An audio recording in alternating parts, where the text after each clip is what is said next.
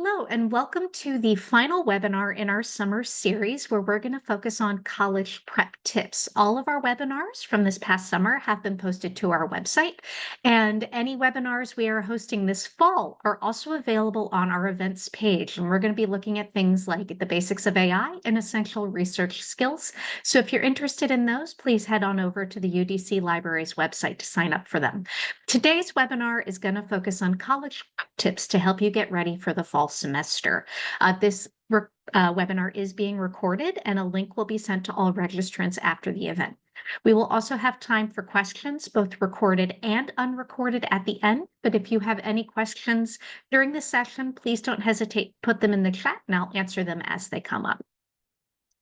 And just to get you started, my name is Megan Kowalski. I am the Outreach and Reference Librarian, and today we're looking at a bunch of things to help you get prepared for the fall semester. Then we'll look at skills to be successful during classes while also remembering to take care of yourself.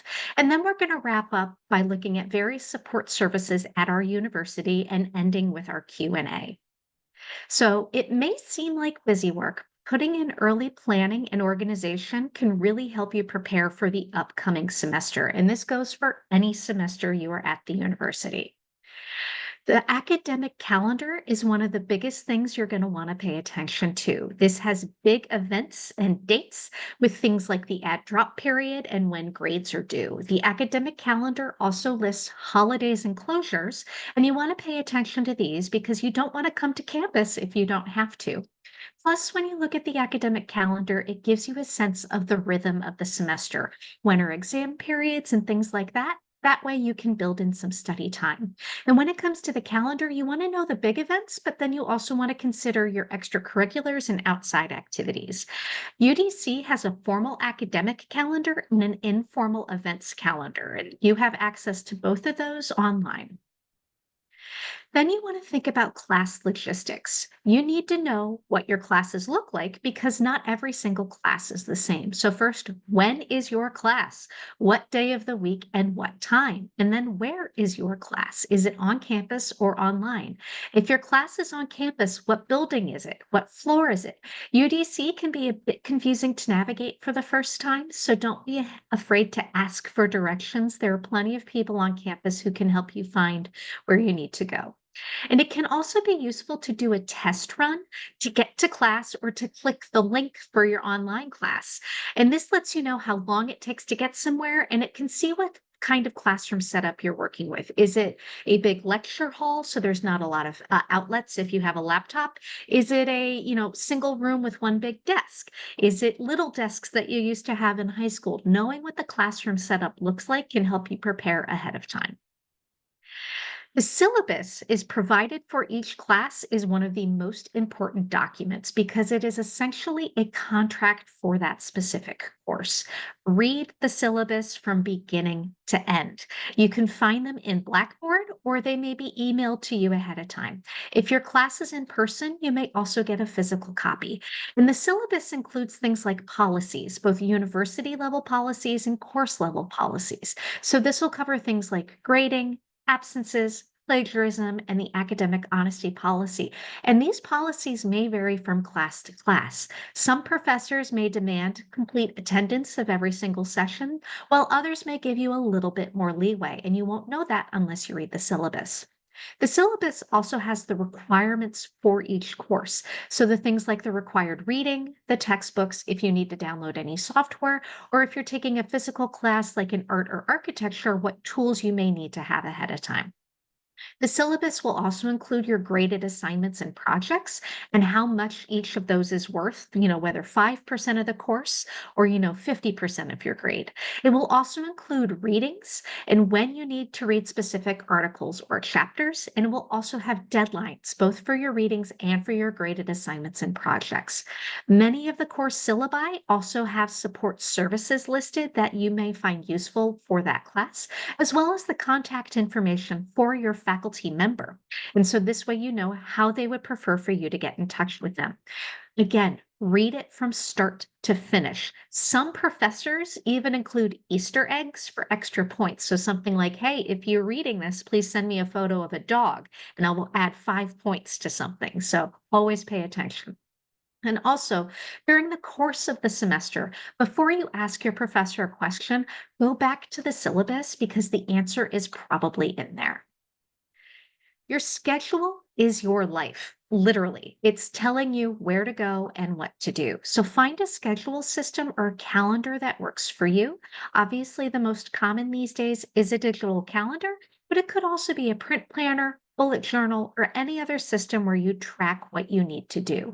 And when you're putting your schedule together, include everything. And this is the things like the obvious, what classes you have and when they meet, assignment and project deadlines. If you're working, any hours you need to be there, your start times and your end times. If you have caregiving responsibilities, you need to put that in there as well, or anything like appointments, doctors, dentists, things like that. That way you're not overbooking yourself. You can also include your less obvious items. Commute time, if you need to build in time to get to campus. Study time, if you have study groups. Extracurricular events. Group events, just things with friends. Leisure time, if you want to book time at the gym. These are all things you might want to include. So anything you need and want to block out time for should be included on your schedule. Another aspect of preparation is the supplies. What do you need? And this depends on both who you are and what your classes require. So make sure to pack your bag ahead of time. If you use something up, it can be useful to refill it each night before you need to leave. That way you're not rushing ahead of time. Your bag is your classroom on the go, so don't forget to include things like chargers, battery packs, power cords, snacks, a water bottle, on top of all the things you might need to take notes or participate in class. You also might want to consider setting up your study space. This is particularly important if you take online classes, but it is also good for when you need to get work done, work on your readings, work on your papers, and things like that. Make it a place you like and where you can focus. And again, that's going to be highly variable depending on who you are and what you're working with. One key skill to having an effective college experience is time management. And this skill is essentially the ability to use your time productively to get things done. So, first, we want to start with some basic tips. In scheduling your assignment or exams, take the end deadline and work backwards, adding in check ins to your calendar. This makes sure you have enough time and do not leave something until the night before. Research and studying take time, and you need to account for that. It's impossible to write an A quality 10-page research paper the night before. If you're rushing, you're simply not going to have time to get it done. You might also want to consider building in a review day. Make sure you set a weekly check in to review everything you need for the upcoming week or month. This way, you don't miss any readings or assignments or internship hours or anything like that. You also want to consider the balance for school, work, and life. Not everything is a priority all the time. Something will always take priority. And speaking of priorities, it's okay to drop the ball with all the things you are juggling, but know what your main priorities are and put those first and put the other things aside for the time being. And now we're going to look at some methods of time management, and you can mix and match these in a way that works for you. So the first one is the Eisenhower matrix. This is where you make a list of everything you do, and I mean everything: big, small, mindless, important, rare, frequent, everything that you have going on in life. Then you put all of these items in a box, and this works well for school and the office, but also your personal life. And then evaluate every item in these boxes. Follow through on scheduling those items and delegating and deleting what doesn't need to be done. And this works best if you do it on a schedule. So, reviewing your things monthly, quarterly, or annually. And this forces you to find your priorities and stop holding on to the things you don't need to do anymore. So, seriously, if it's something you don't need to focus on, just take it off your list and don't worry about it anymore. The next method is extremely popular. It's getting things done. And this was created by an author named David Allen, and he has a book and website devoted to this. And it's kind of considered the granddaddy of productivity workflows. And it is a 5-step process. First, capture literally what has your attention, what needs to get done. Then clarify, process what it means. Is it actionable? Is it not actionable? Do you need to do it now? Do you need to do it later? So you organize it and put it where it belongs. And then you reflect, review frequently. Go back and see, okay, do I need to do this again? Is it something recurring? Do I need to reassess? And then for the quick things, you engage. You simply do them. If it's going to take 2 minutes or less, just go ahead and do it. That way it is done and over with, and you can move on.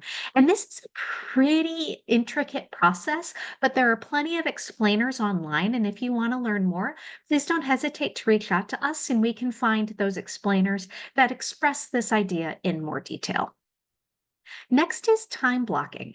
And this is where you schedule every moment of your day, including sleep, eating, commuting, breaks, errands, workouts, fun, family, and all manner of work. And it gives you focus and encourages prioritization. If you don't want to or can't schedule something, it forces you to take it off your list or to delegate it to something else. Plus, having a system like this where you time block everything into a calendar forces hard stops on events. So if you say something only has 20 minutes, you stop at 20 minutes.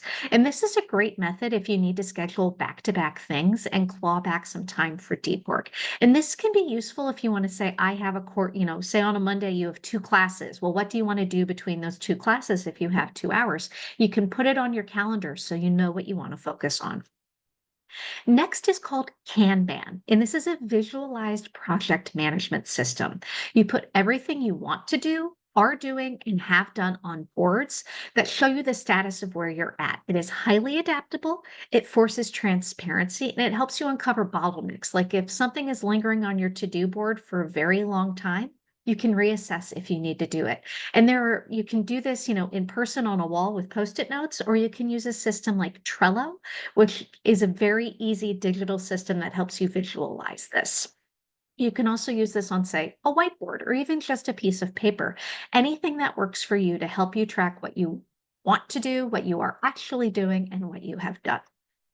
And finally, the last one is what we like to call 5 minutes. What one thing, step, idea, whatever will only take you 5 minutes, just do it. And the reason you want to do this is it starts the ball rolling and can help with procrastination.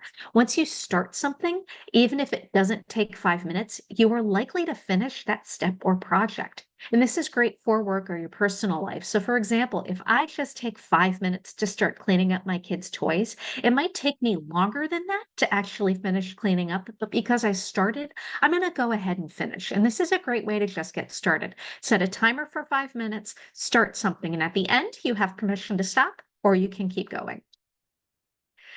And most of college actually happens outside of the classroom. You need to make space in your life to both read and study. So that's why we're going to look at some study tips. But the number one thing to remember is to find what works for you because studying is an art and not a science, and everyone is different.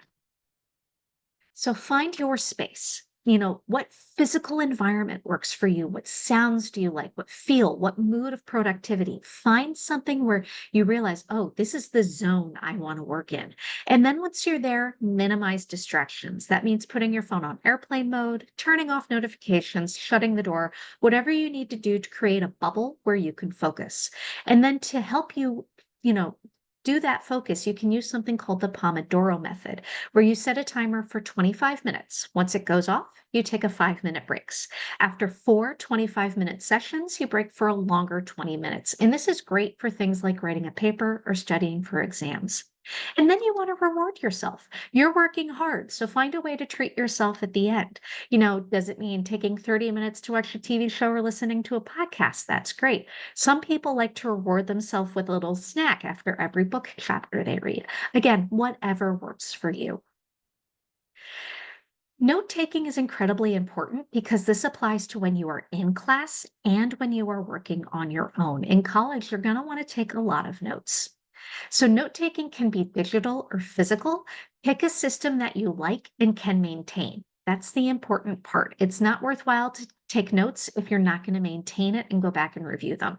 So, no matter how you take notes, though, remember that note taking is not transcription. You are not writing down something someone is saying word for word. You are not copying word for word. You're reading from a book. Effective note taking means summarizing and collating ideas into your own words in a way that you can understand later. The first method we're looking at, and one of the most popular ones in college, is called the Cornell method. And this lets you get a lot of stuff down in a little bit of space. It is also incredibly flexible. You make 3 columns and then you fill them in. In the notes column, this occurs while you're in class, where you just write down anything that works for you. In the Q column, this is where you put main ideas, keywords, diagrams, study prompts, sort of, notes for yourself of what to do after class. And in the bottom at the summary column, this is where you review those things and summarize what you've learned. And this forces you to go back and review your notes. And this needs to be done both during class and after class, but it forces you to think about what you are learning because you have to go back and review and summarize. So it's building in study time, which is very useful while you were in college. The next method is mind mapping, also known as concept map or spider diagrams. And this is where you connect ideas with bubbles and lines. And this is great for visual learners and classes that tend to jump around. And it lets you to, draw notes, draw diagrams, anything that works for you. And there has been studies that shown that visual learning or simply even doodling in the margins helps you with recall later when you need to go back and remember ideas. Final method we're going to talk about today is the outline method. And this is simple. You are essentially creating an outline as you write. You have bullet points with sub bullet points that are related. This works best in well-structured classes or while you are reading from a textbook because those things tend to be well organized. And so what you do is it just sort of creates hierarchies of what is happening. There are plenty of apps and tools out there that can help you take notes, and a few are listed here on the screen, but there are way more than this. If you just Google note-taking app, you're going to be inundated, but the 4 on the screen are some of the most popular ones. I also want to make a note that there are AI note takers out there, but I want to use some words of caution. First, they are not perfect, particularly if you are recording your professor speaking. First, you would need to ask permission to record that on your AI note taker. And second, the AI is only as good as what it hears, and it tends to be a little bit racist when it comes to accents. So it's not going to capture the full thing of what your professor or the discussion that is occurring within your classroom. Plus, there is a known mind body connection when you take notes. You have to critically think in the moment because you are writing something down or you are typing something out as you are hearing it. And AI does not allow you to have this exposure. It is just capturing the thing that you would then go back and review later. However, if you would like that mind body connection, you are the one that needs to take the notes. However, AI note takers are a great accessibility tool if this is something you need because note taking is difficult for you. Now, I want to talk about health and well being because you are only as effective as you feel. Your health and well being matter. So, while you are at the university, make sure to take care of yourself. Quick comment in the chat. I like turning my notes into Quizlet flashcards. Is this common? Yes. A lot of people like to take their notes and turn them into flashcards that they use as study tips later on when they're studying for exams. And that's great because not only does it force you to review your notes, in rewriting them, you are building in study time. So that is something that is a great thing to do, whether you do it on your own or in a group setting if you have a study group. So now going back, I want to talk about mental health because college is stressful and your mental health matters. Make sure to build in space to check in with yourself and recover if you need it. Stress management is different for everyone, but do find some things that work for you, whether it's reading, exercising, hanging out with friends, listening to music, whatever it is, build in that space. Also, your brain needs rest. That means sleep and leisure. You are actually better when you take breaks. There are plenty of studies out there that express overnighters are not good. In fact, going to bed is the best thing you can do before an exam. And remember, you are not weak if you need to ask for help. That is why support services exist, and we all need help in this area from time to time. Physical health also matters, and it means feeling good in your body, whatever that means to you. So, exercise, again, whatever this means to you and what makes you feel good. UDC does have a gym in the student center, but exercise can simply be taking a walk, or, laying down on the floor and stretching or doing yoga for a few moments. You also need to eat and hydrate. Your body can't run well when it's on empty. If necessary, UDC does have a food pantry and emergency student fund if you need that support. Give yourself some flexibility. Don't feel like you have to work out every day. Some days are better than others, so give yourself some grace. You can also ask your professors in the university for accommodations if you need them. That includes extensions, extra time on exams, and the sooner you ask for that, the better. I mean, COVID is still the thing. You can't write a paper if you're sitting there blowing your nose every 5 minutes. But this also goes to support if you have family caregiving responsibilities. Go ahead and ask for those extensions if you need. And there are so many support services on campus to help you. They are literally here for you. Use them if you need them. Your tuition dollars pay for these services. They are here for you. So, the first one I want to talk about is academic advising. And this helps you navigate the university and your program of study to keep you on track for graduation. Navigate is the name of the main app that happens or that academic advising uses, and you will get notifications in that and through your email. Check your spam folder just in case. You can also go directly to faculty for advising both on the course you are in or your overall program of study. And because many UDC faculty have been here for years, we know where to go. So don't hesitate to ask them any question you have related to the university. Next is the Office of Student Success, and they are literally designed to help you succeed while you are here at the university. And they have a lot of offerings, but a few I want to note. The first is the Laptop Loaner Program.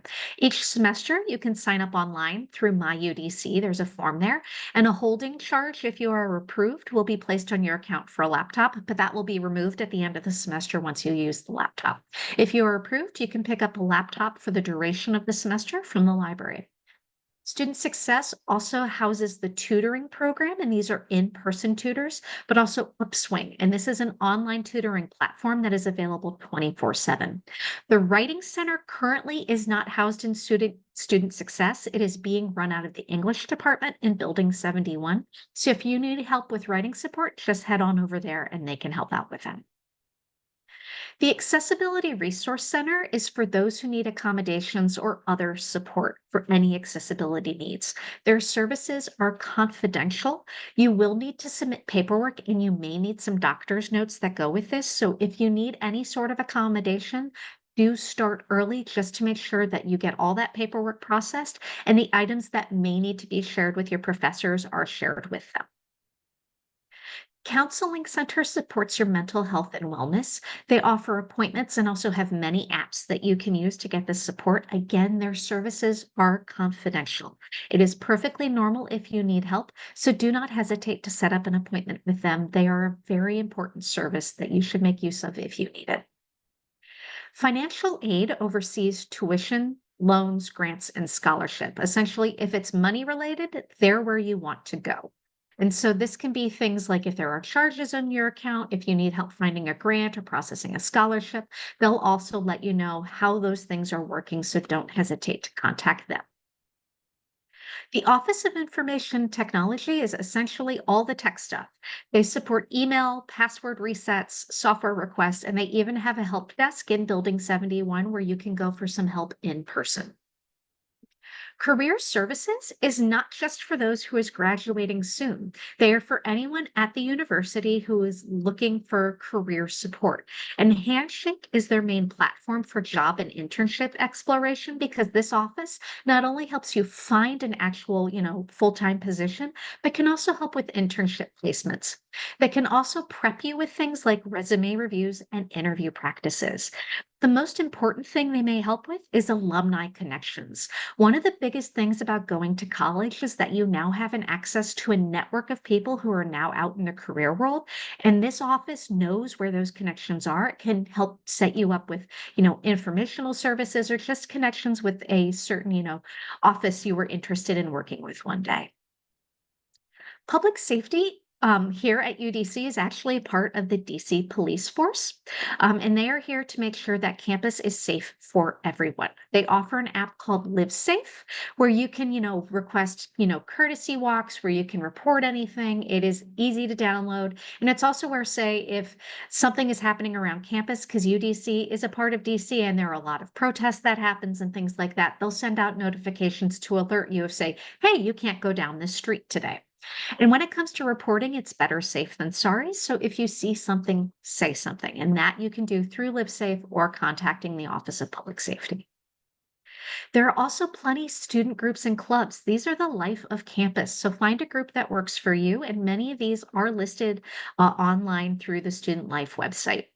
There are lots of events that they put on, both on and off campus. And it's also just a great way to make friends if you're new to the university. And finally, I would be remiss if I didn't talk about the library. It is the helpful place. And starting Monday, we will be moving into our brand new remodeled space. So next week, things are going to be a bit footsy, but by the time classes start, we will be ready to greet students in our new remodeled space. And what you might come to the library for as well, we have lots of stuff: books, online resources, study carrels, computers, software printing, all of that. We also offer research support. We are here to help you get started on assignments, navigate the university, anything information related. We are here to help you. We offer appointments both online and in person, and we can even do those on nights and weekends. Like you are attending today, we have plenty of webinars that you can sign up for. These are free, and if you can't attend live, you'll get a link to the recording after the event. We also have a monthly email newsletter that goes out, and the content of that newsletter is assigned or is designed to support what is happening during that space of the semester. And I just got a question in the chat. Do you know when the community college will be getting a library? Yes, I am happy to report our space over there will be opening in the fall. We are literally outfitting the final details right now. It's just a matter of getting our staff over there and all set up. But the plan is to have that space open. It is on the second floor, the first day of classes. But both libraries are going to be open to anyone at UDC. So it doesn't matter what campus you are on, you can go to either location. And again, this is available to you as a UDC student, no matter what campus you are on. And all of our online resources are available 24/7 wherever you have an internet connection. Before we end, I do want to add a few final notes to help you get prepped for the fall semester. So first, read your email. That's where it all goes. Check your spam. This means your UDC email, because that is the default email that every department sends to. If need be, you can set up your UDC email to auto forward to a personal email account that you do check. If you need support with that, you can either go to the Office of Information Technology or stop by the library and we'd be happy to help set that up. Next, yes, you do need to do the assigned reading. Sorry, there is no shortcut for this. It's how you learn, but you can also find audio versions of things if you prefer that method of reading. Audio reading is still reading. So if you prefer to have someone in your ears, there are definitely plenty of services that can read your textbooks to you. And again, if you don't know, just ask. No one knows how to do college the first time. There are plenty of people here to help. It is literally our job, and we are happy to support you in any way that we can, big or small. And so I want to thank you for attending today. The recording of this session will be posted later and a link will be emailed to you. And I'm happy to take any questions, both recorded and unrecorded. Just put them in the chat.